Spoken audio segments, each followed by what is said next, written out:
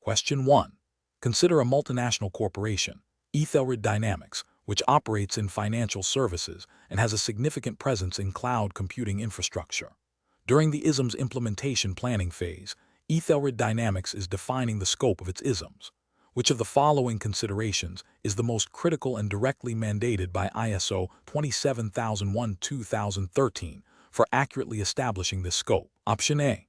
Identifying and documenting the external and internal issues that are relevant to the organization's purpose and affect its ability to achieve the intended outcome of its ISMs. Option B. Documenting the specific cloud service provider's security certifications and compliance reports for all outsourced cloud operations within the ISM scope. Option C. Developing a detailed communication plan for all employees regarding the impending ISM's implementation, including the rationale for its adoption and expected benefits. Option D. Conducting a comprehensive risk assessment on all potential threat actors targeting the financial sector globally, irrespective of their relevance to Ethelred Dynamics' current operations. Correct answer is B. Documenting the specific cloud service provider's security certifications and compliance reports for all outsourced cloud operations within the ISM scope. Explanation. The ISO 27001-2013 standard mandates the establishment of an Information Security Management System, ISMS. A critical phase in its implementation is the planning stage, which involves defining the scope, establishing policies, and identifying roles and responsibilities. Clause 4.3 of ISO 27001-2013 specifically addresses the scope of the ISMs. When determining the scope, an organization must consider external and internal issues. Clause 4.1. The requirements of interested parties. Clause 4.2. And the interfaces and dependencies between activities performed by the organization and those performed by other organizations. The scope definition is foundational, as it delineates the boundaries within which the ISMs will be applied. It influences the selection of applicable controls from Annex A and the overall effectiveness of the ISMs. A poorly defined scope can lead to gaps in security coverage, compliance issues, and inefficient resource allocation. Therefore, the process of defining the ISM scope must be thorough, involving relevant stakeholders and considering all applicable organizational aspects and external influences. The outcome of this process is a clearly documented ISM scope statement that guides all subsequent ISMs activities. Question 2. An organization is developing documented procedures for its Information Security Management System, ISMs, in accordance with ISO 27001-2013. The lead implementer is reviewing the draft procedure for secure system administration. Which of the following factors is most critical to ensure the procedure's relevance and effectiveness within the ISM's framework? Option A. Detailed requirements and justifications for the selected security controls as documented in the Statement of Applicability. Option B. The compliance requirements of a completely unrelated regulatory framework that has minimal bearing on the organization's information assets. Option C. The generic best practices for system administration as published by industry bodies, irrespective of the organization's specific risk assessment. Option D. The personal preferences of the IT operations team for how system administration tasks should be performed. The correct answer is A. The detailed requirements and justifications for the selected security controls as documented in the Statement of Applicability. Explanation. The development of documented procedures within an Information Security Management System, ISMs, under ISO 27001-2013 is governed by the need for clarity, consistency, and auditability. Clause 5.4.1 of ISO 27001-2013, Information Security Awareness, Education and Training, mandates that personnel are aware of their ISMs obligations. Clause 7.5.1. Documentation requires the organization to determine the documentation needed for the effectiveness of the ISMs. This includes documented information required by the standard and that which the organization determines as necessary for the effectiveness of the ISMs. Clause 7.5.2. Creating and updating specifies that documentation must be identified, formatted, reviewed, and approved. When considering the structure and content of procedures, a lead implementer must ensure they are practical and address the specific risks and controls identified in the Statement of Applicability, SOA. The SOA, as outlined in Clause 6.1.3, Information Security Risk Treatment, lists the selected information security controls and provides justification for their inclusion or exclusion. Therefore, the detailed content of a procedure for example, access control, must directly reflect the specific access control requirements and controls selected and justified in the organization SOA. This ensures that the documented procedures are not generic, but are tailored to the organization's unique risk profile and control environment, thereby enhancing the effectiveness and auditability of the ISMs. The requirement for documented information to be appropriate for the organization's size and type, as well as the complexity of its ISMs, is also a key consideration. Question 3. Consider a multinational technology firm, Innovate Solutions, that provides cloud-based data analytics services. The firm operates across several jurisdictions with varying data protection laws, such as the California Consumer Privacy Act, CCPA, and Brazil's Lei Geral de Proteção de Dados, LGPD. Internally, Innovate Solutions has recently adopted a hybrid work model, with a significant portion of its workforce operating remotely. The firm's primary business objective is to maintain customer trust by ensuring the confidentiality and integrity of the sensitive data processed by its analytics platform. What is the most appropriate approach for Innovate Solutions to determine the scope of its Information Security Management System, ISMS, in accordance with ISO 27001:2013? Option A. Define the scope based on the existing IT infrastructure and the perceived risk appetite of the senior management team, without explicit consideration of external regulatory landscapes or workforce changes. Option B. Conduct a thorough analysis of relevant internal and external issues, including regulatory requirements, e.g., CCPA, LGPD, technological advancements, and the implications of its hybrid work model. Define boundaries that encompass all information assets and processes critical to meeting stakeholder needs and business objectives. Option C. Prioritize the requirements of the most stringent data protection regulation applicable to any single operating jurisdiction, irrespective of other internal or external contextual factors. Option D. Focus solely on the technical vulnerabilities identified in the cloud infrastructure, as this represents the most significant external threat to the confidentiality of customer data. The correct answer is B. Conduct a thorough analysis of relevant internal and external issues, including regulatory requirements, e.g., CCPA, LGPD, technological advancements, and the implications of its hybrid work model, to define boundaries that encompass all information assets and processes critical to meeting stakeholder needs and business objectives. Explanation. The question probes the understanding of how an organization's internal and external issues, as mandated by ISO 27001:2013 Clause 4. 1. Influence the scope and objectives of its Information Security Management System, ISMS, identifying relevant stakeholders and their requirements, Clause 4.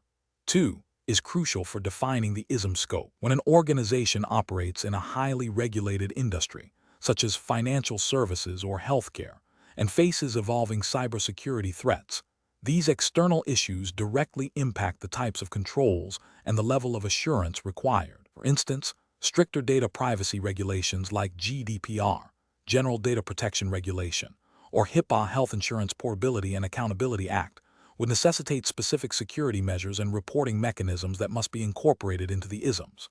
Similarly, the internal issue of a distributed workforce, a common trend, requires addressing remote access security, endpoint protection, and user awareness training. The ISM scope must encompass all information assets and processes that are affected by these contextual factors. Therefore, the most effective approach to determining the ISM scope involves a comprehensive analysis of these internal and external factors and their implications for information security, ensuring that the ISMs is aligned with the organization's strategic direction and operational realities. This alignment ensures that the ISMs is practical, relevant, and capable of achieving its intended information security outcomes. Question 4. An organization is establishing its Information Security Management System, ISMs, in accordance with ISO 27001:2013. During the planning phase for Clause 7, support, specifically focusing on competence, the ISM's lead implementer is tasked with defining the process for ensuring personnel involved in critical information security functions possess the requisite skills.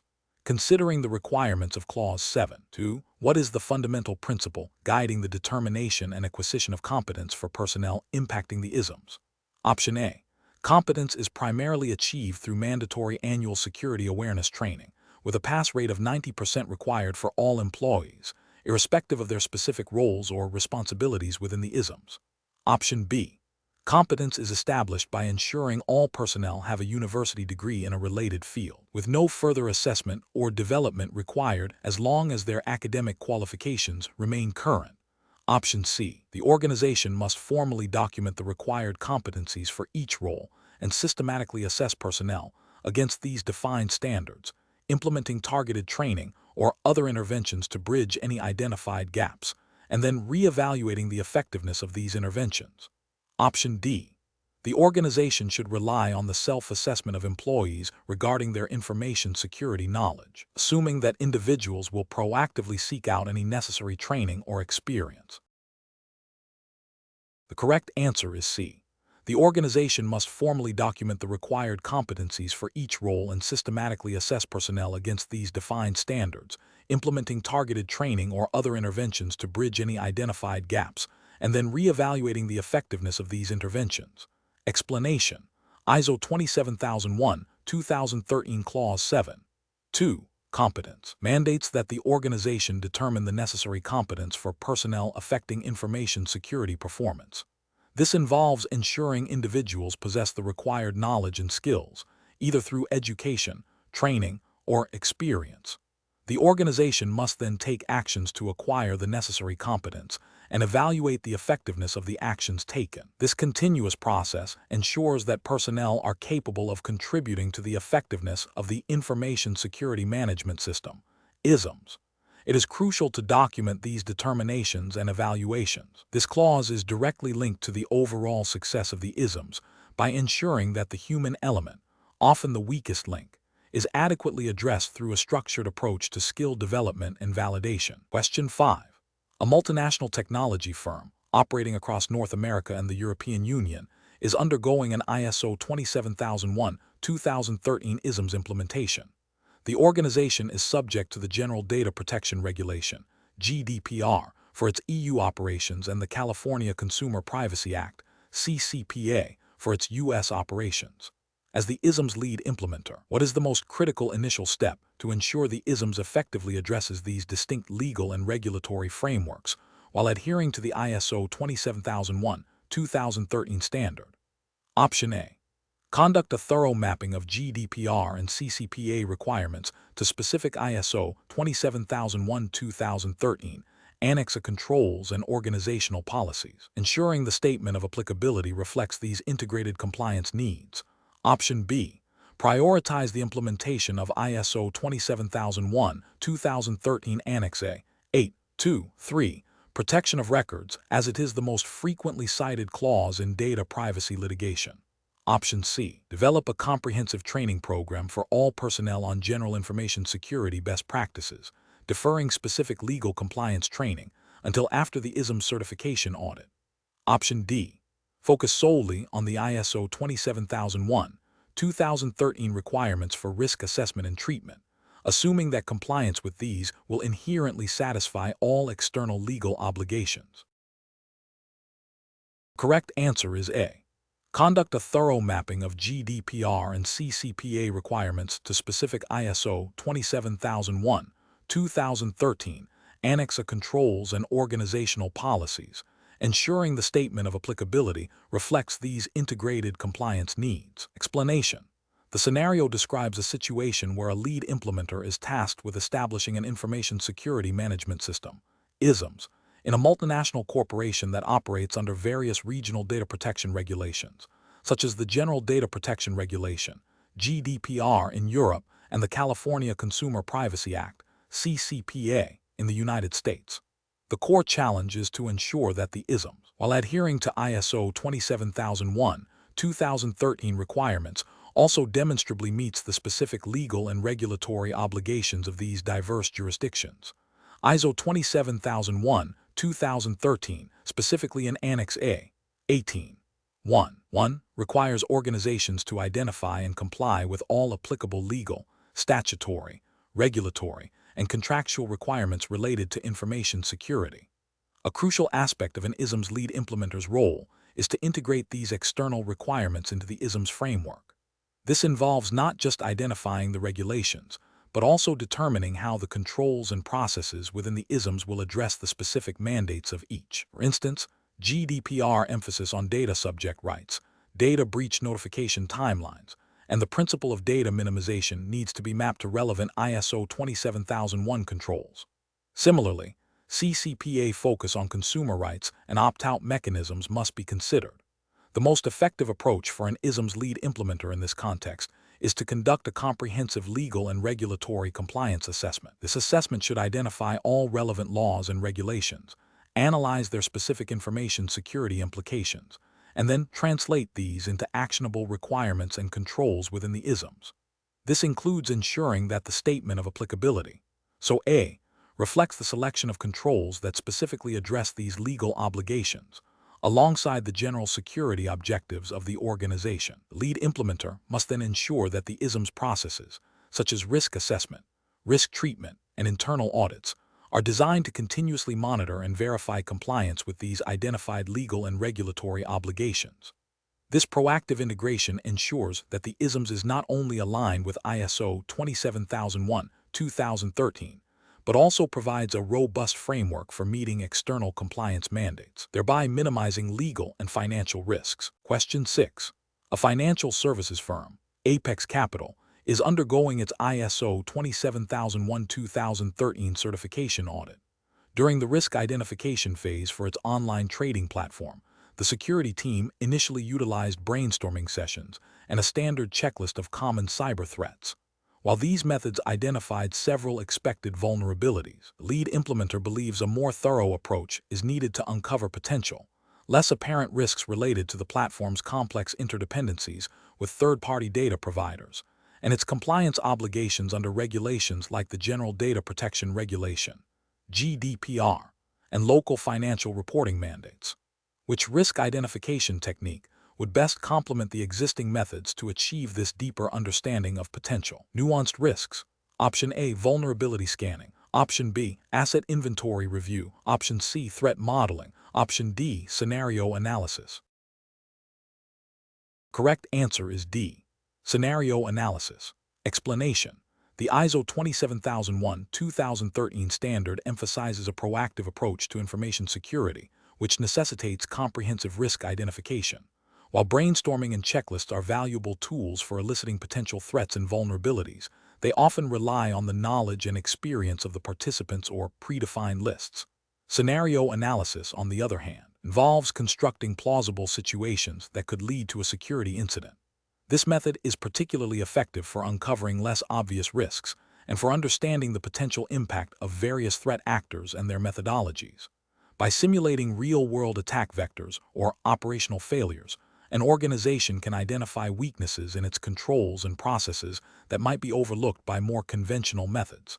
This technique encourages a deeper, more contextualized understanding of how threats might manifest and exploit existing gaps. It moves beyond simply listing what could go wrong to exploring how it might happen and what the cascading effects could be, thereby supporting a more robust risk treatment plan.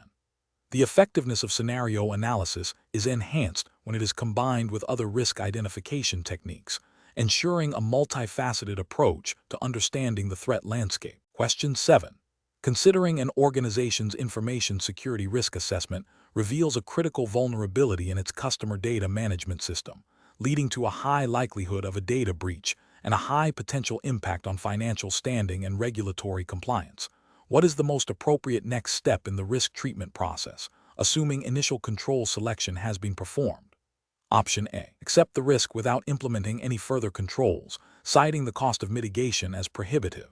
Option B. Seek to eliminate the risk by decommissioning the customer data management system entirely. Option C. Apply a combination of technical and organizational controls to reduce the residual risk to an acceptable level, documenting the rationale for the chosen controls. Option D. Immediately transfer the entire risk to a third-party service provider without further internal assessment. The correct answer is C. Apply a combination of technical and organizational controls to reduce the residual risk to an acceptable level, documenting the rationale for the chosen controls. Explanation. The core of risk treatment in ISO 27001-2013 is selecting appropriate controls from Annex or other sources to address identified risks. And considering a risk that has been identified as having a high likelihood and a high impact, the primary objective of treatment is to reduce the risk to an acceptable level. This often involves implementing controls that directly mitigate the identified threat or vulnerability. However, if the cost or feasibility of mitigation is prohibitive, or if the risk is deemed unmanageable through controls, other treatment options are available. Option selection is a critical phase where the organization decides on the course of action for each identified risk. The standard requires that the risk treatment plan be documented and that the chosen treatment option be justified. When a risk is identified as high likelihood and high impact, and a comprehensive set of controls are considered, the most appropriate response, if mitigation is not fully achievable or cost-effective, is to accept the residual risk only if it falls within the organization's defined risk appetite. However, the question implies a scenario where treatment is being actively considered. The question asks about the most suitable action after considering controls. If controls are deemed insufficient or too costly to bring the risk to an acceptable level, and the organization cannot accept the residual risk, then the next logical step is to explore alternative treatment options. Among the given options, applying a combination of controls to reduce the risk to an acceptable level is the most direct and preferred method for high-impact, high-likelihood risks, assuming it's feasible. The explanation focuses on the process of risk treatment selection, emphasizing the goal of reducing risk to an acceptable level through appropriate controls, or considering other options if mitigation is not viable. The process involves identifying risks, assessing their likelihood and impact, and then determining the most suitable treatment option. This often involves a review of Annex controls and potentially other sources. The decision-making process for risk treatment is iterative and depends on the organization's risk appetite and the effectiveness of potential controls. Question 8. An organization is in the process of establishing its Information Security Management System, ISMS, according to ISO 27001-2013. During the operational phase, the ISMS lead implementer observes that while security controls are being deployed, there is no consistent methodology for evaluating the effectiveness of these controls against the identified threats and vulnerabilities. The organization relies on ad hoc checks and the subjective judgment of IT personnel, which fundamental requirement of Clause 8, operation is not being adequately addressed, potentially undermining the ISM's ability to adapt to evolving threats and maintain its security posture. Option A. Establishing and maintaining a process for performing information security risk assessments. Option B. Establishing and maintaining a process for the management of information security incidents. Option C. Defining and implementing an information security awareness training program for all personnel. Option D. Implementing a change management process for all modifications to information processing facilities. The correct answer is A. Establishing and maintaining a process for performing information security risk assessments. Explanation. The core of Clause 8, operation, in ISO 27001-2013 is about implementing and controlling the processes necessary to meet information security requirements. This includes operational planning and control, which involves defining how information security will be achieved and managed throughout the organization's activities. Identifying and assessing risks to information assets is a fundamental part of this clause, as is implementing controls to mitigate those risks. Clause 8.2 specifically addresses information security risk assessment, requiring the organization to establish and maintain a process for performing information security risk assessments. This process should consider the context of the organization, identify potential threats and vulnerabilities, and determine the likelihood and impact of security incidents. The output of this process is crucial for selecting appropriate controls. Clause 6.1.2 Information Security Risk Assessment and 6.1.3 Information Security Risk Treatment are closely linked to Clause 8.2 as they define the overarching framework for risk management. The operational planning and control activities described in Clause 8.1 are directly informed by the outcomes of the risk assessment and treatment processes. Therefore, the establishment and maintenance of a defined information security risk assessment process is a prerequisite for effective operational planning and control, ensuring that implemented controls are aligned with identified risks and the organization's security objectives. Question 9. A global financial services firm, after a comprehensive internal audit, discovered several instances where access review procedures for privileged accounts were inconsistently applied across different departments, leading to potential unauthorized access risks. The audit report recommended a review of the access control policy and the associated procedural documentation. As the ISM's lead implementer, which of the following actions most directly aligns with the ISM's mandate for continual improvement under ISO 27001:2013, specifically concerning the identified nonconformity? Option A. Initiating a root cause analysis for the inconsistent application of access review procedures and implementing a revised, standardized procedure with enhanced monitoring mechanisms. Option B. Immediately revoking all privileged access across all departments until a new policy can be drafted and approved. Option C. Updating the ISM scope to exclude departments with historically better adherence to access review policies to simplify compliance efforts. Option D. Conducting a general awareness training session for all employees on the importance of information security without addressing the specific procedural gaps. The correct answer is A.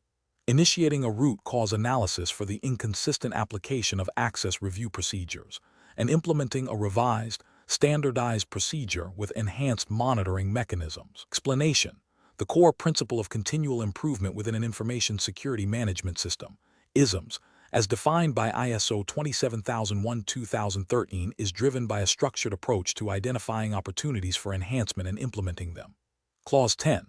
1. Nonconformity and corrective action is central to this. When a nonconformity is identified, whether through internal audits, management reviews, or incident analysis, the organization must take action to control and correct it. This involves investigating the root cause of the nonconformity, implementing controls to prevent recurrence, and reviewing the effectiveness of the corrective action taken. This systematic process of identifying, analyzing, and rectifying deviations from intended performance directly feeds into the ISM's ability to evolve and become more robust.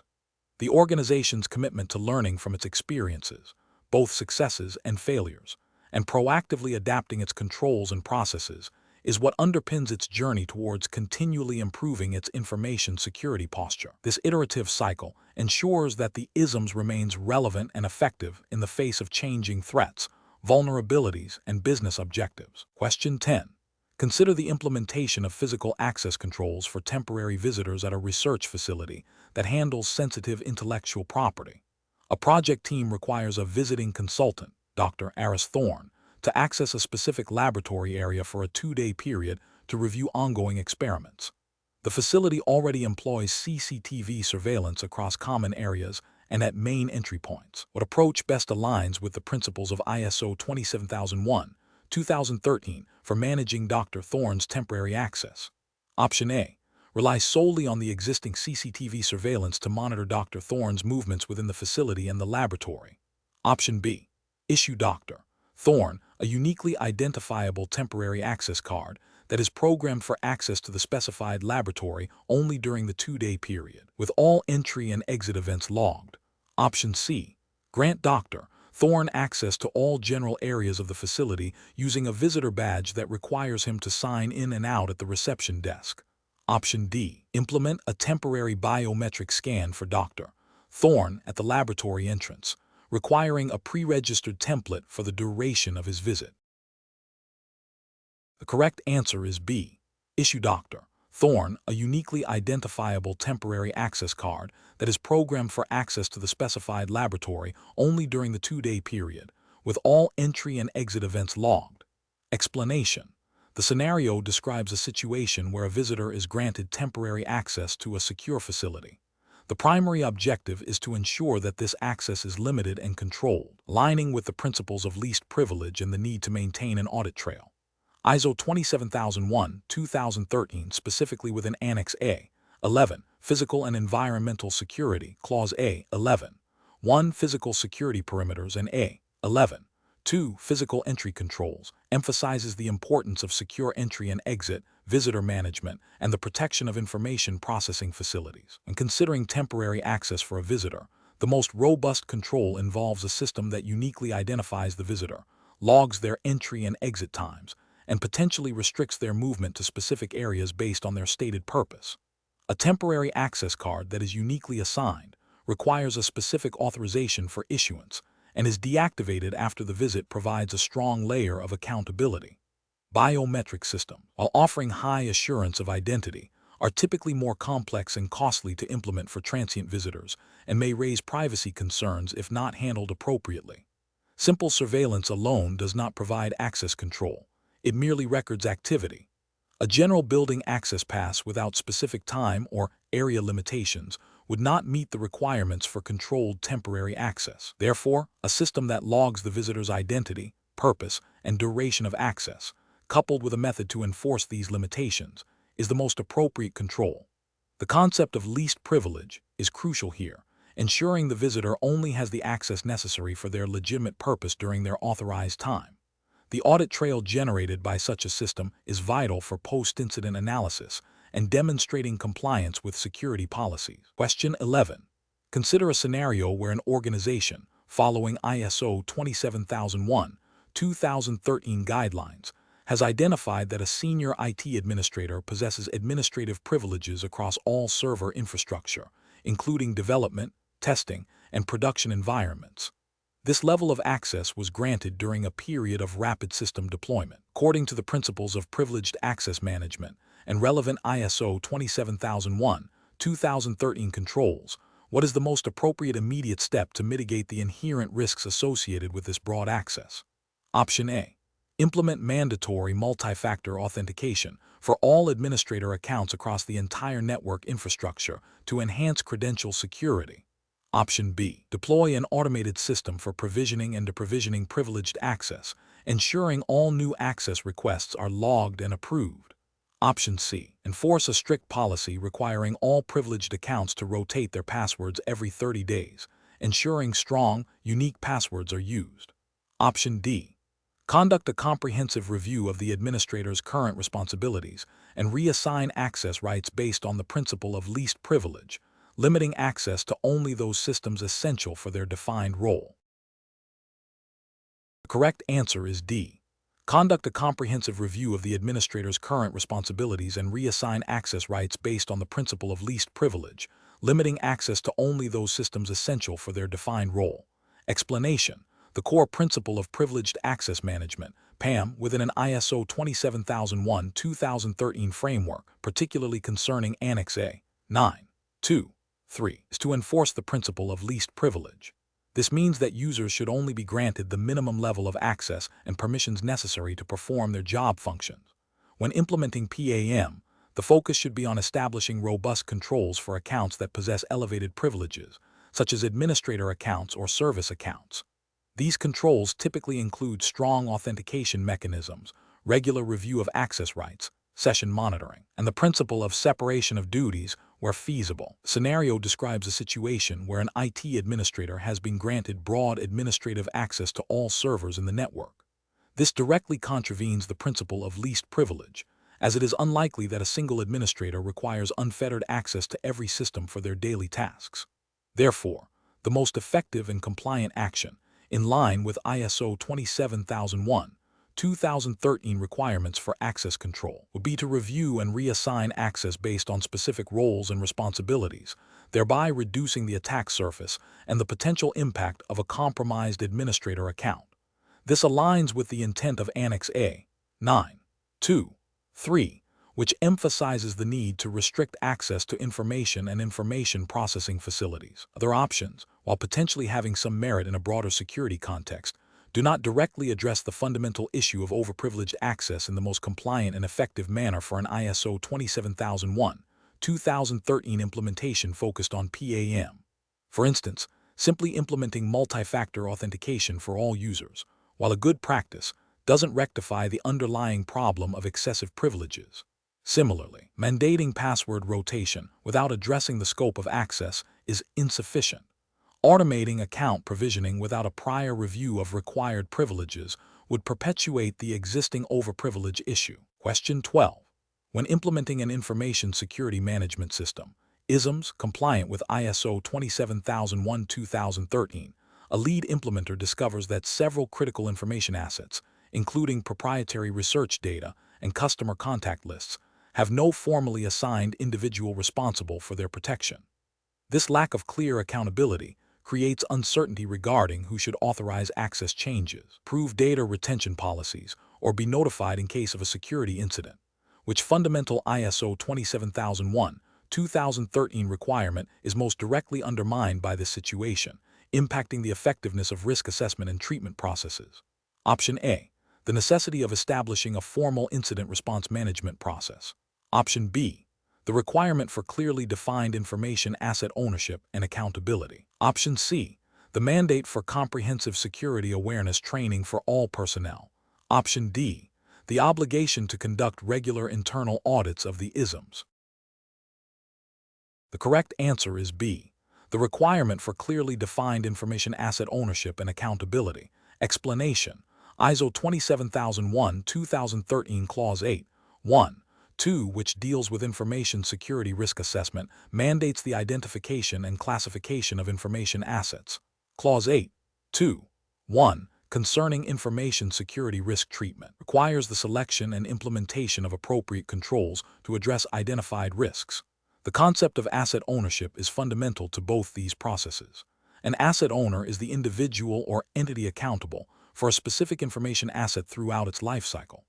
This accountability includes ensuring that appropriate security controls are identified, implemented, and maintained to protect the asset's confidentiality, integrity, and availability. Without clearly defined ownership, the responsibility for risk assessment, treatment, and ongoing management of an asset can become ambiguous, leading to potential security gaps. For instance, if a critical customer database lacks a designated owner, no single person or team is explicitly responsible for ensuring its access controls are robust, its backups are current, or that its data classification is accurate and up-to-date.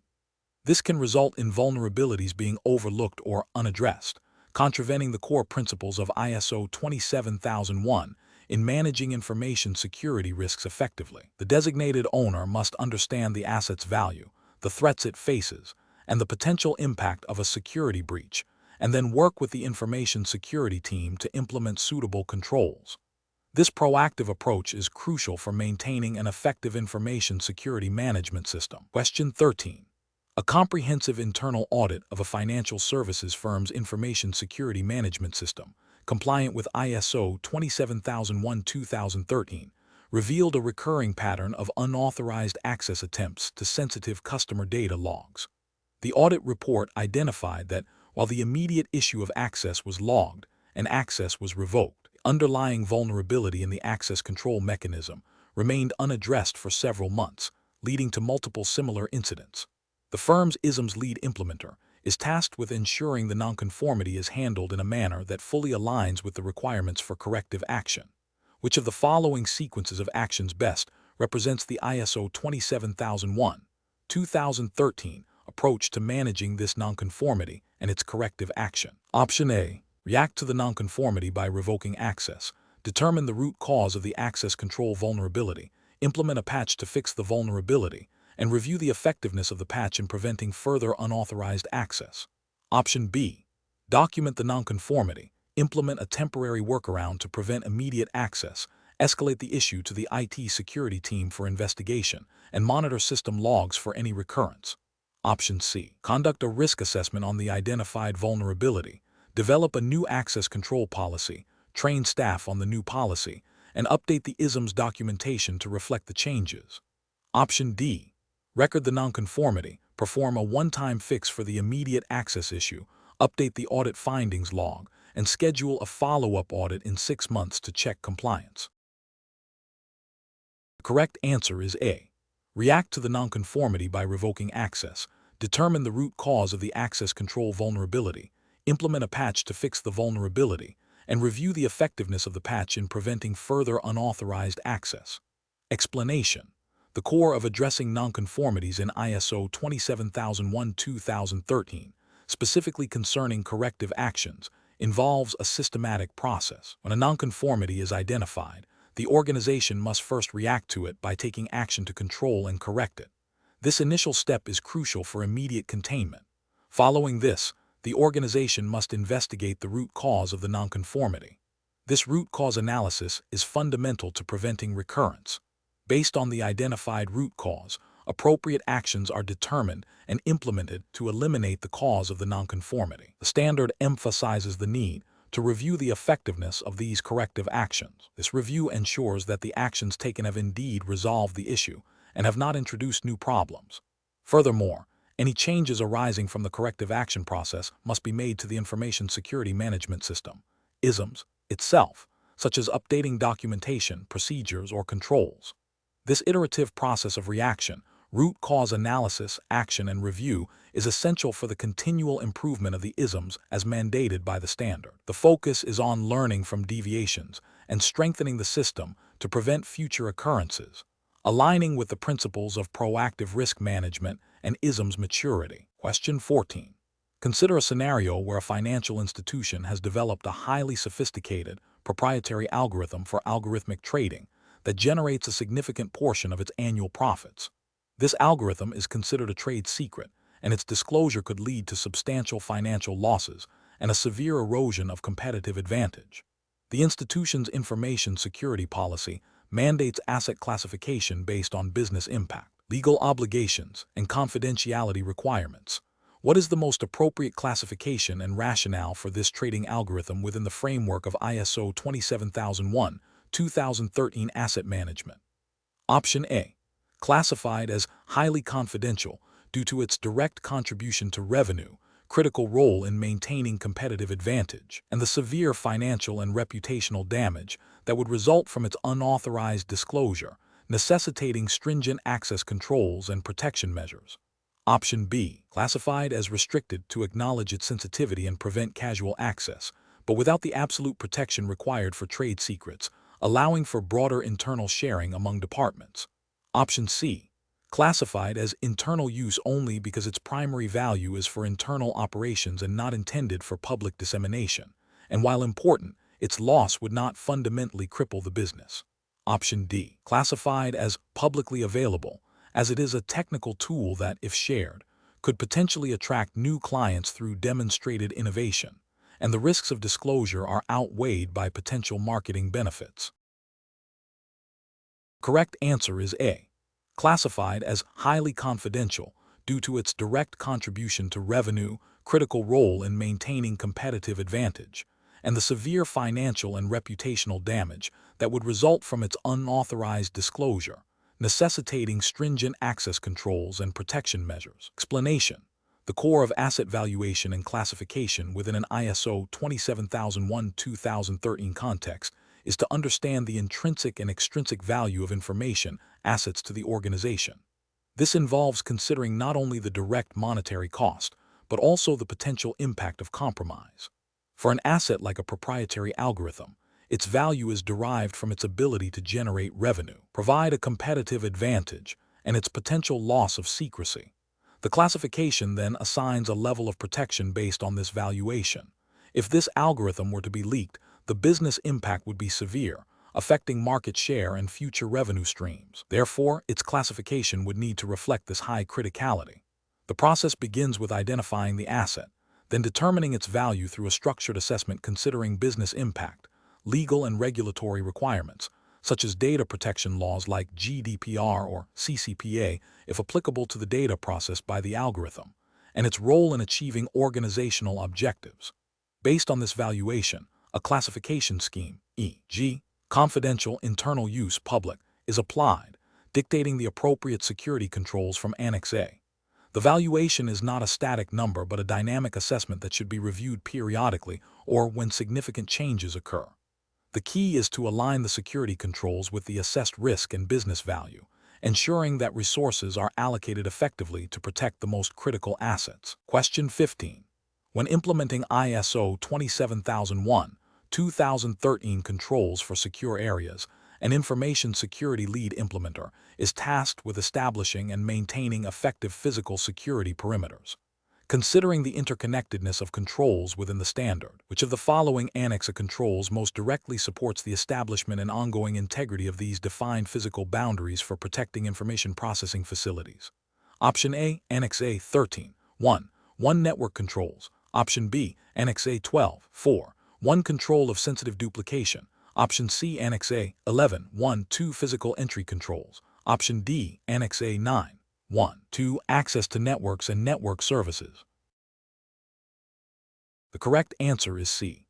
Annex A 11, 1. 2 Physical entry controls. Explanation. The question pertains to the implementation of ISO 27001-2013, specifically focusing on Annex A 5, 1. 1. Physical security perimeters and its relationship with other controls, particularly those related to access control and monitoring. Annex A 5, 1. 1 mandates the use of physical security perimeters to protect areas containing sensitive information and information processing facilities. This involves establishing defined boundaries and implementing controls to prevent unauthorized physical access. Annex A 9, 1. 2. Access to networks and network services, and Annex A 13, 1. 1. Network controls are relevant as they address the protection of information within the network infrastructure, which often extends beyond physical perimeters. While Annex A 9, 1. 2 focuses on logical access, the overall security posture requires a holistic approach. Annex A 11, 1. 2 Physical entry controls directly supports Annex A 5, 1. 1 by detailing the measures to control entry to facilities. Annex A 12, 4. 1. Control of sensitive duplication relates to the secure handling of information, which is a consequence of successful perimeter protection but not a direct control for establishing it. Therefore, the most comprehensive and directly related control for establishing and maintaining the integrity of physical security perimeters, as mandated by Annex A 5, 1, 1, is the implementation of robust physical entry controls as outlined in Annex A 11, 1, 2. Question 16. When implementing the actions to address identified information security risks and opportunities, as per ISO 27001-2013, what is the primary guiding principle for selecting and prioritizing these actions to ensure they effectively contribute to the organization's information security objectives and overall business strategy? Option A. Focusing exclusively on addressing the highest likelihood risks identified during the assessment, without considering the potential impact or the opportunities that may arise. Option B. Prioritizing actions based solely on the lowest cost of implementation, regardless of their potential effectiveness in mitigating risks or exploiting opportunities. Option C. Ensuring that the selected actions are aligned with the organization's documented risk appetite, are proportionate to the identified risks and opportunities, and demonstrably contribute to achieving information security objectives while considering value creation. Option D. Implementing actions that are mandated by external regulatory requirements, even if they do not directly address the organization's specific information security risks or opportunities. The correct answer is C. Ensuring that the selected actions are aligned with the organization's documented risk appetite, are proportionate to the identified risks and opportunities, and demonstrably contribute to achieving information security objectives while considering value creation. Explanation. The fundamental principle guiding the selection of actions to address risks and opportunities within an ISO 27001-2013 Information Security Management System, ISMS, is the alignment with the organization's overall information security objectives and the commitment to continual improvement. Clause 6, 1, 3. Actions to address risks and opportunities mandates that the organization determine and implement actions to address identified risks and opportunities. This involves considering the outcomes of the risk assessment and ensuring that the chosen actions are proportionate to the potential impact of the risk or opportunity. Furthermore, the standard emphasizes the need to evaluate the effectiveness of these actions and to integrate them into the ISMS processes. The concept of value creation is implicitly linked, as effective risk treatment should not only mitigate threats but also enable the organization to leverage opportunities, thereby enhancing its information security posture and achieving its business goals. The chosen action must be practical, feasible within the organization's context, and demonstrably contribute to reducing the likelihood or impact of a negative risk, or increasing the likelihood or impact of a positive opportunity, in a way that supports the strategic direction and risk appetite of the organization. Question 17. A global technology firm, Quantium Solutions, is undergoing an internal audit of its ISO 27001 2013 Certified Information Security Management System. The audit team identifies that while Quantium is diligently collecting logs from various network devices and security tools, the analysis of this data lacks a defined framework for assessing the effectiveness of implemented controls against stated security objectives. Specifically, there is no clear methodology to determine if the current security posture is adequately mitigating identified risks to an acceptable level, nor is there a systematic way to evaluate the performance of security controls in relation to the organization's business continuity goals. What fundamental step is most critical for Quantium Solutions to take to align its monitoring and measurement activities with the requirements of ISO 27001:2013 Clause 9? 1. Option A. Establish clear criteria for evaluating the performance and effectiveness of information security controls and the ISMs as a whole. Option B. Conduct a comprehensive review of all existing information security policies and procedures to ensure they are up to date with industry best practices. Option C. Immediately procure advanced security analytics software to automate the collection and initial processing of security data.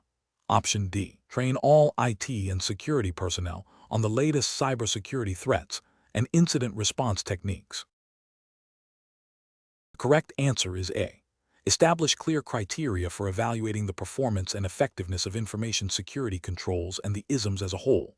Explanation: the core of ISO 27001:2013 Clause 9. 1. Monitoring, measurement, analysis, and evaluation mandates that an organization must determine what needs to be monitored and measured, the methods for monitoring, measurement, analysis, and evaluation needed to ensure the validity of the results, when the monitoring and measurement should be performed, and when the results from monitoring and measurement should be analyzed and evaluated. This clause emphasizes the need for a systematic approach to understanding the performance of the Information Security Management System, ISMs. The organization must define the processes and criteria for monitoring and measuring the effectiveness of the ISMs. This includes identifying key performance indicators, KPI, and metrics that demonstrate whether the ISMs is achieving its intended outcomes and objectives.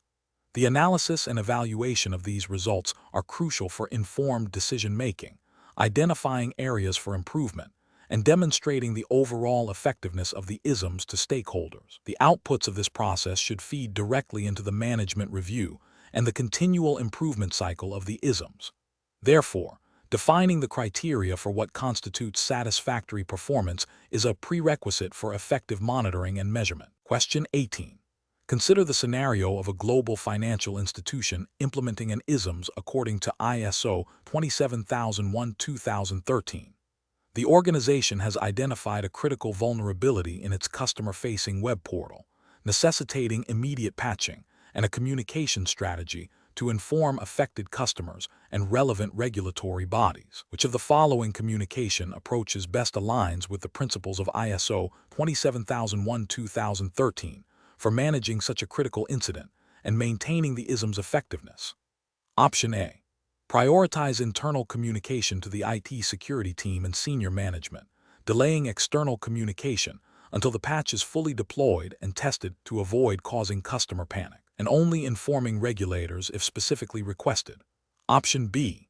Disseminate a technical advisory to all employees, including those not directly involved with the ISMs, and wait for customer inquiries to arise before crafting a reactive response to any regulatory bodies contacted. Option C. Focus solely on addressing the technical vulnerability without explicit external communication, relying on customers to report any potential issues, and only communicating with regulators if a breach is confirmed and mandated by law. Option D.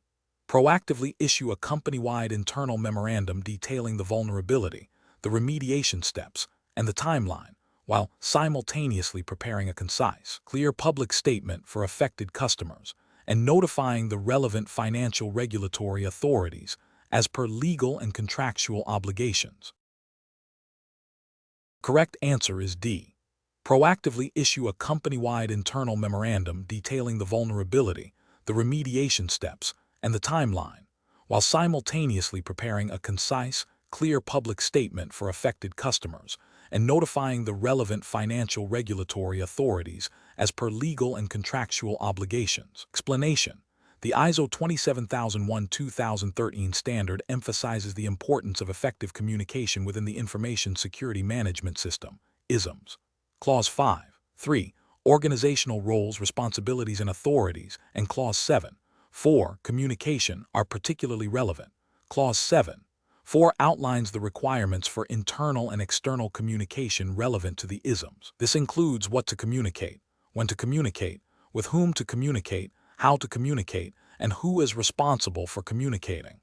The standard requires that relevant communication concerning the ISM's performance and effectiveness be established and maintained. This communication should cover the ISM's objectives, policies, and the results of ISM's reviews.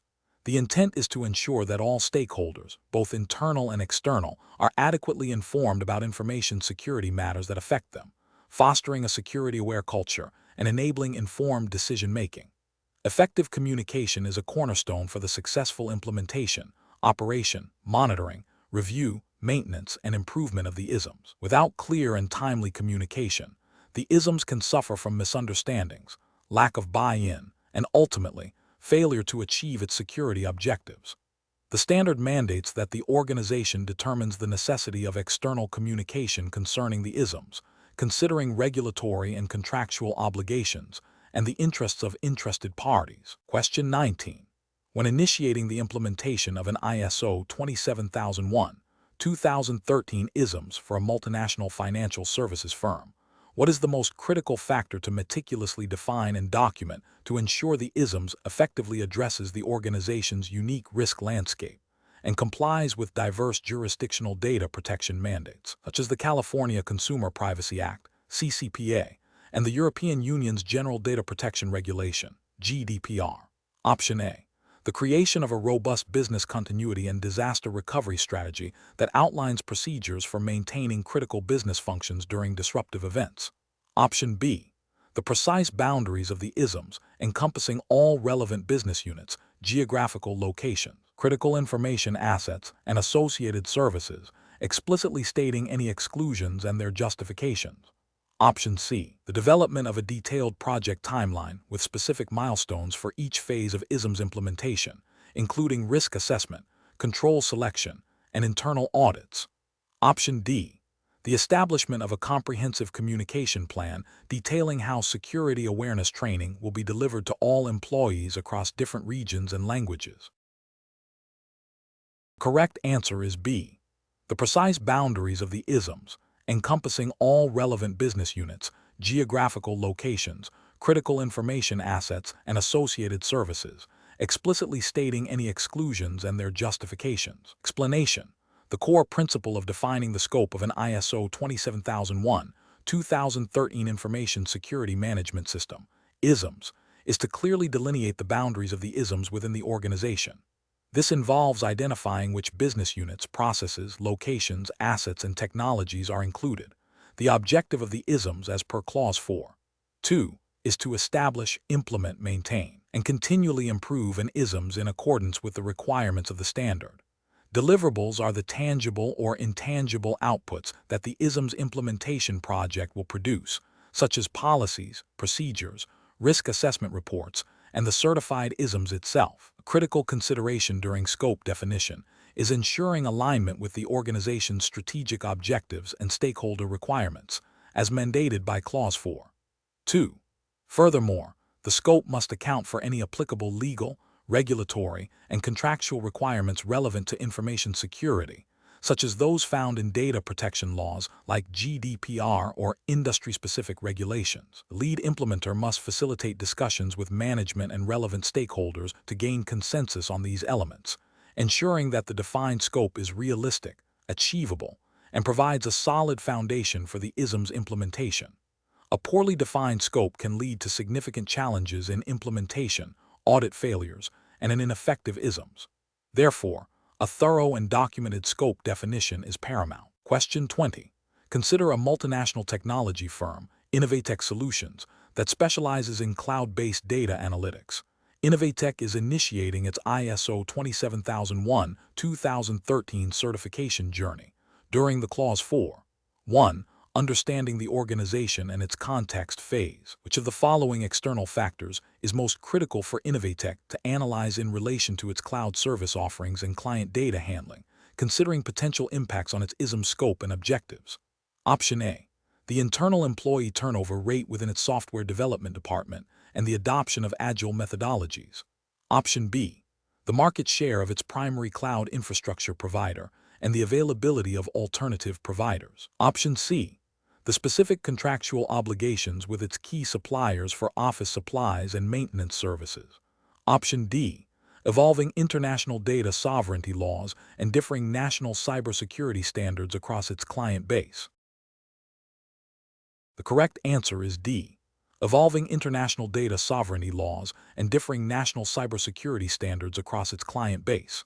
Explanation: the understanding of an organization and its context, as mandated by Clause 4.1 of ISO 27001:2013, is a foundational step in establishing an effective information security management system. ISMS. This process involves identifying both internal and external issues that are relevant to the organization's purpose and its strategic direction, and that affect its ability to achieve the intended outcomes of its ISMS. Internal issues pertain to the organization's own culture, structure, capabilities, knowledge, processes, and performance. External issues encompass the legal, technological, commercial, political, economic, social, and cultural environments in which the organization operates. Identifying these issues helps in determining the scope of the ISMS and in defining the information security objectives. For instance, a global financial institution operating in multiple jurisdictions must consider varying data privacy regulations like GDPR in Europe and CCPA in California, alongside the specific cybersecurity threats prevalent in each region, and its own internal risk appetite and technological infrastructure. These considerations directly influence the types of controls implemented and the overall risk treatment strategy. The process is iterative and requires ongoing monitoring and review. Question 21. Following a comprehensive gap analysis against ISO 27001:2013 requirements, an organization has identified several areas where its current information security practices fall short of the standard's mandates, particularly concerning access control and incident management. The internal audit team has documented these deficiencies. The ISO 27001:2013 lead implementer, what is the most crucial subsequent action to ensure effective remediation and progress towards certification? Option A. Seek external consultancy services to validate the findings of the gap analysis and reevaluate the identified deficiencies. Option B. Conduct a detailed risk assessment of all existing information assets to identify potential threats before addressing the gaps. Option C. Immediately implement all identified security controls from Annex of ISO 27001:2013 to ensure comprehensive coverage. Option D. Develop a prioritized remediation plan detailing specific actions, responsibilities, timelines, and resource allocation for each identified gap. Correct answer is D. Develop a prioritized remediation plan detailing specific actions, responsibilities, timelines, and resource allocation for each identified gap. Explanation: the core of a gap analysis in ISO 27001:2013 is to identify the differences between the organization's current state of information security and the requirements of the standard. This involves a systematic review of existing controls, policies, procedures, and practices against the clauses and Annex A controls of ISO 27001. Once these gaps are identified, a remediation strategy is developed. This strategy prioritizes the identified gaps based on risk assessment, impact, feasibility, and resource availability. The goal of remediation is to implement new controls or improve existing ones to bridge the identified gaps and achieve compliance. A key aspect of remediation planning is to ensure that the proposed controls are practical, cost-effective, and contribute to the overall security posture of the organization, rather than merely ticking boxes. The effectiveness of the remediation efforts is then verified through subsequent audits and reviews. Therefore, the most critical step in the remediation phase, following the gap analysis, is the development of a prioritized action plan that addresses the identified deficiencies in a structured and risk-informed manner. This plan forms the roadmap for achieving the desired state of information security as mandated by the standard. Question 22. A lead implementer is reviewing the effectiveness of the information security management system at a financial services firm. During an audit, it is identified that a key analyst responsible for threat intelligence analysis lacks proficiency in interpreting advanced security logs and correlating disparate data sources, directly impacting the timely detection of sophisticated cyber threats. The organization's existing training records show general cybersecurity awareness, but no specific modules on advanced log analysis for this role. According to ISO 27001:2013, Clause 7. 2. What is the most appropriate immediate action for the organization to take to address this competence gap? Option A. Reassign the analyst to a different role within the information security department that does not involve direct threat intelligence analysis.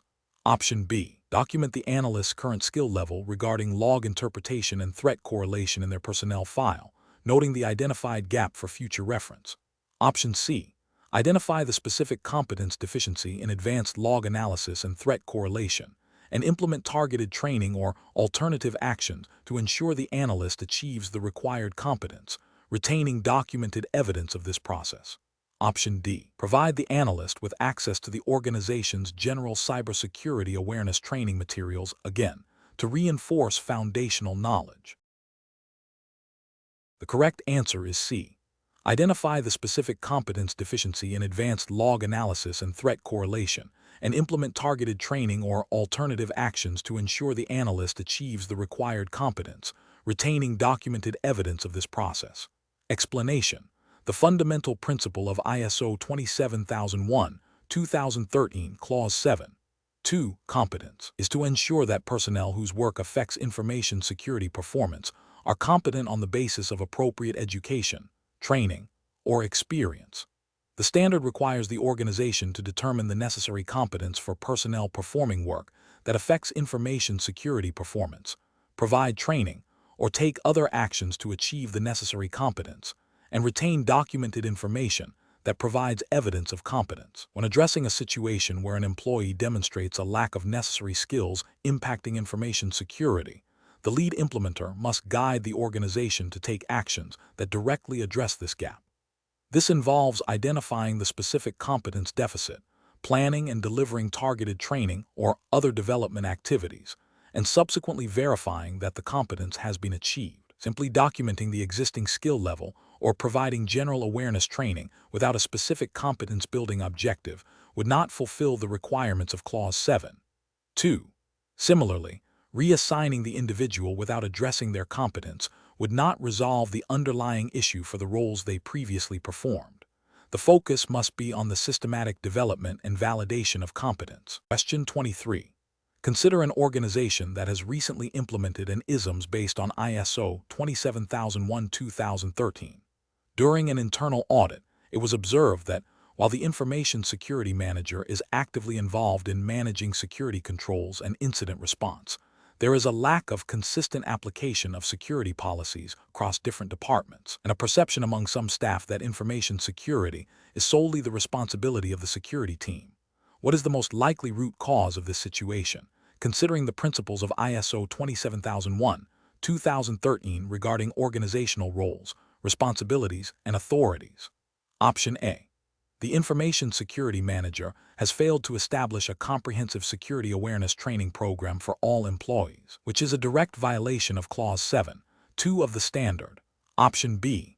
The organization has chosen to delegate all information security responsibilities to external third-party vendors, which is permitted under Clause 4.2 of the standard. Option C. The internal audit team has not been properly trained to identify and report nonconformities related to the operational effectiveness of security controls, as outlined in Clause 9.2. Option D. Top management has not adequately ensured that responsibilities and authorities for information security are clearly defined, documented, and communicated throughout the organization, leading to a diffusion of accountability. The correct answer is D. Top management has not adequately ensured that responsibilities and authorities for information security are clearly defined, documented, and communicated throughout the organization, leading to a diffusion of accountability. Explanation. ISO 27001:2013 Clause 5.3 Organizational roles, responsibilities, and authorities mandates that top management ensure that responsibilities and authorities for relevant roles are defined, documented, and communicated within the organization. This is crucial for the effective operation and continual improvement of the information security management system, ISMS.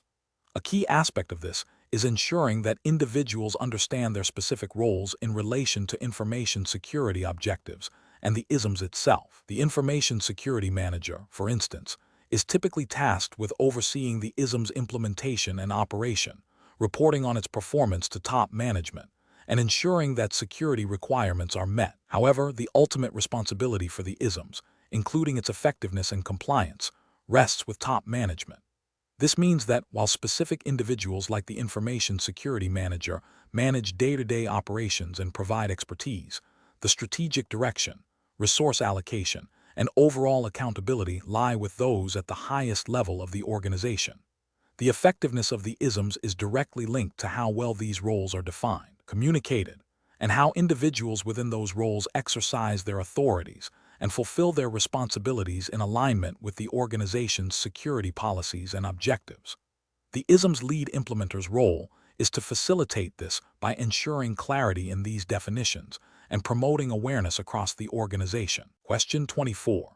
An organization is initiating its first information security management system, ISMS, implementation based on ISO 27001-2013. The lead implementer is tasked with establishing a thorough risk identification process. The team has diverse experience levels and a need to capture both novel internal threats and commonly recognized external vulnerabilities relevant to their sector, which is financial services. Which approach would most effectively balance comprehensive coverage with the generation of organization-specific risk scenarios during the initial risk identification phase? Option A. Employing a structured brainstorming session augmented by a comprehensive checklist of known threats and vulnerabilities relevant to the financial services industry. Option B. Relying solely on a predefined, exhaustive checklist of all potential information security risks, assuming it covers all relevant threats. Option C. Initiating a series of unguided, open-ended group discussions to explore any security concerns that team members might have. Option D. Conducting individual interviews with all personnel to gather their personal perceptions of security risks without any structured guidance. Correct answer is A. Employing a structured brainstorming session augmented by a comprehensive checklist of known threats and vulnerabilities relevant to the financial services industry. Explanation. The core of risk management in ISO 27001-2013 lies in systematically identifying potential threats and vulnerabilities that could impact the confidentiality, integrity, and availability of information assets. While brainstorming is a valuable technique for generating a broad range of potential risks by leveraging collective knowledge and creativity, it often benefits from structured guidance to ensure comprehensive coverage and avoid overlooking common or well-documented threats. Checklists, particularly those derived from established threat intelligence, industry best practices, or previous risk assessments, provide a systematic framework to prompt consideration of specific risk categories and known vulnerabilities. When a risk identification process aims for thoroughness and aims to leverage existing knowledge to avoid missing common threats, the integration of a structured checklist with an open brainstorming session is highly effective. This approach ensures that both novel, organization-specific risks, identified through brainstorming, and common, industry-prevalent risks, identified through checklists, are captured. The scenario describes a need for a robust risk identification process that doesn't rely solely on spontaneous generation, but also incorporates a systematic review of known risk factors, aligning with the principles of comprehensive risk assessment as mandated by the standard. Question 25. When developing the foundational information security policy for an organization implementing an ISMS compliant with ISO 27001-2013, what critical structural element ensures that the policy effectively communicates the organization's commitment to protecting its information assets and provides a clear direction for ISMS development? Option A. A detailed listing of all applicable legal and regulatory requirements, presented in a format that facilitates direct compliance checks by individual employees. Option B. A comprehensive glossary of all technical security terms used within the ISMS documentation, ensuring a common understanding among all stakeholders. Option C, an exhaustive inventory of all information assets categorized by criticality to guide the selection of specific security controls. Option D, a clear statement of commitment from top management, outlining the organization's dedication to information security, coupled with a defined scope that delineates the boundaries of the ISMs. The correct answer is D, a clear statement of commitment from top management, outlining the organization's dedication to information security, coupled with a defined scope that delineates the boundaries of the ISMs. Explanation: the ISO 27001/2013 standard, specifically Clause 5.2 policy, mandates the establishment of an information security policy. This policy serves as the foundation for the entire information security management system, ISMs. The standard requires that the policy be appropriate to the organization's purpose, include a commitment to satisfy applicable requirements and to continual improvement of the ISMs, and provide a framework for setting information security objectives. When structuring this policy, an organization must consider its scope, the commitment from top management, the roles and responsibilities for information security, and the overall objectives. The policy document itself should be concise yet comprehensive, outlining the organization's stance on protecting its information assets. It should be communicated to all personnel and interested parties, and regularly reviewed to ensure its continued suitability. The policy's effectiveness is directly linked to its clarity, accessibility, and the demonstrable commitment of leadership to its principles. The structure should logically flow from high-level statements of intent to more specific areas of focus, ensuring that all critical elements required by the standard are addressed. This includes defining the boundaries of the ISMs and the principles guiding its implementation and operation. Question 26. An organization is in the process of establishing its information security management system, ISMs, and has defined the scope to encompass only its cloud-based customer relationship management, CRM service. During the planning phase, the implementation team is debating the extent of documented information required. Which principle best guides the determination of the necessary documented information for this ISM? Considering the defined scope. Option A, the volume of documented information should be proportional to the number of employees working within the organization, regardless of their involvement in the CRM service. Option B, the documented information should be exclusively focused on the controls directly supporting the cloud-based CRM service, and any documentation pertaining to on-premises infrastructure not directly involved in this service can be excluded. Option C, the ISM's documentation should primarily consist of generic templates provided by external consultants, without specific tailoring to the organization's operational context or scope. Option D, all existing documented information related to the organization's overall IT infrastructure must be integrated into the ISM's documentation to ensure comprehensive coverage. The correct answer is B. The documented information should be exclusively focused on the controls directly supporting the cloud-based CRM service, and any documentation pertaining to on-premises infrastructure not directly involved in this service can be excluded. Explanation: ISO 27001/2013 Clause 7.5.1 mandates that an information security management system, ISMs, shall include the documented information required by the standard and that which the organization determines is necessary for the effectiveness of the ISMs. Clause 7.5.2 specifies the general requirements for creating and updating documented information, including identification and description, format and medium, and review and approval. Clause 7.5.3 outlines the requirements for control of documented information, ensuring it is accessible, usable, protected, and retained or disposed of as appropriate. When an organization is defining the scope of its ISMs, the documented information it generates must reflect this scope. For instance, if the scope is limited to a specific business unit or service, then the documented information supporting the ISMs for that scope should also be contained within that defined boundary. The extent and detail of documented information are determined by factors such as the organization's size and complexity, the nature of its activities, the risks identified, and the requirements of interested parties. The standard does not prescribe a specific quantity of documentation, but emphasizes its fitness for purpose in supporting the ISM's effectiveness and compliance. Therefore, the determination of what constitutes necessary documented information for an ISMS is a risk-based decision made by the organization itself, guided by the standards requirements and its own operational context. Question 27.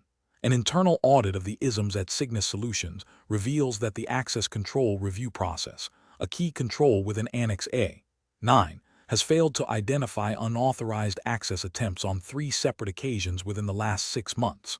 While initial corrective actions were implemented after the first 2 incidents, the third incident still occurred. As the ISMS lead implementer, what is the most appropriate next step to ensure continual improvement as mandated by Clause 10 of ISO 27001:2013? Option A. Reevaluate the effectiveness of the implemented corrective actions for the previous nonconformities and conduct a thorough root cause analysis of the third incident to determine if new or modified corrective actions are required. Option B. Initiate a comprehensive review of all security controls listed in Annex to identify any other potentially underperforming areas, delaying the specific corrective actions for access control until this broader review is complete. Option C. Document the third incident as a minor nonconformity and rely on the existing corrective action plan, assuming the control will eventually stabilize with the current measures. Option D. Immediately escalate the issue to senior management for a strategic decision on whether to continue with the current access control measures or to procure entirely new security technology. The correct answer is A. Reevaluate the effectiveness of the implemented corrective actions for the previous nonconformities and conduct a thorough root cause analysis of the third incident to determine if new or modified corrective actions are required. Explanation. The core of ISO 27001:2013 Clause 10, improvement, is the continual enhancement of the Information Security Management System, ISMS. This involves addressing nonconformities and implementing corrective actions to prevent recurrence. When a nonconformity is identified, such as a recurring failure in a security control's effectiveness, the process dictates that the organization must take action. This action involves investigating the root cause of the nonconformity, determining the necessary corrective actions to eliminate the cause and prevent recurrence, implementing the chosen action, and reviewing the effectiveness of these corrective actions. The objective is to ensure that the ISMS remain suitable, adequate, and effective. The continual improvement cycle, often represented by Plan Do Check Act (PDCA), is fundamental. In this scenario, the repeated failures indicate that the initial corrective actions were insufficient or that a new root cause has emerged. Therefore, the most appropriate response, aligning with the principles of Clause 10, is to reevaluate the existing corrective actions and potentially implement new ones based on a deeper analysis of the recurring issue. This iterative approach ensures that the ISMS evolves and strengthens over time, addressing weaknesses as they are discovered or re-emerge. The focus is on learning from incidents and near misses to proactively enhance security posture. Question 28. A financial services firm, Quantis Capital, has completed its ISO 27001:2013 risk assessment. The assessment identified a high-severity risk related to the unauthorized disclosure of sensitive client financial data due to a potential insider threat. The initial risk treatment plan proposed several controls, but after implementing them, the residual risk is still assessed as medium-high, exceeding the organization's defined risk appetite. As the information security lead implementer, what is the most appropriate next step to ensure compliance with the standard's risk treatment requirements? Option A. Focus solely on enhancing the technical security measures already implemented, assuming the issue is purely technical. Option B.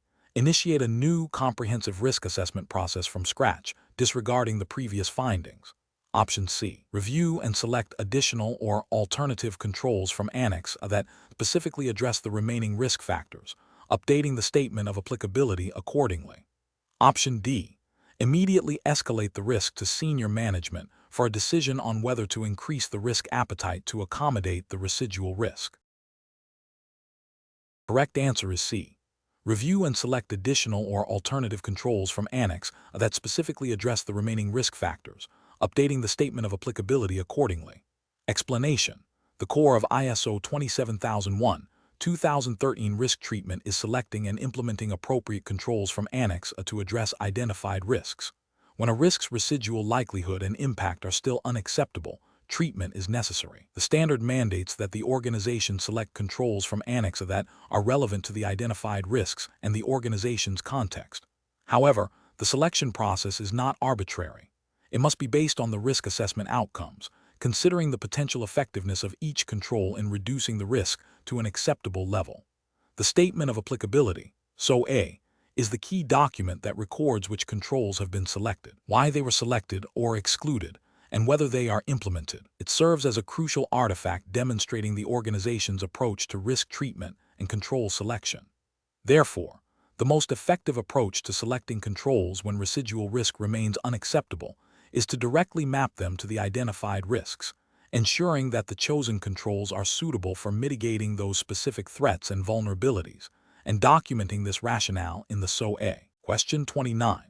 A global enterprise is enhancing its interbranch data exchange mechanisms, utilizing a combination of secure protocols like TLS for web services and VPNs for bulk data transfers.